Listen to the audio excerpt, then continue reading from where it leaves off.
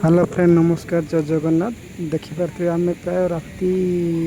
11:55 पाखापाखि पुरी सी बीच को बुलाया आसलु देखु पूरा जनशून्य कहीं भी गोटे लोक ना सबुआड़े पूरा फांका फांका चलतु सेपट को जा देखिए केते प्रकार माछ आइटम अच्छी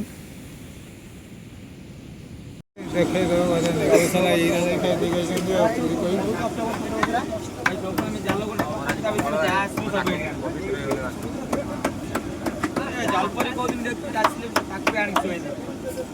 चाइना को बोले कुंभीर केते धरी भाई किंतु खाई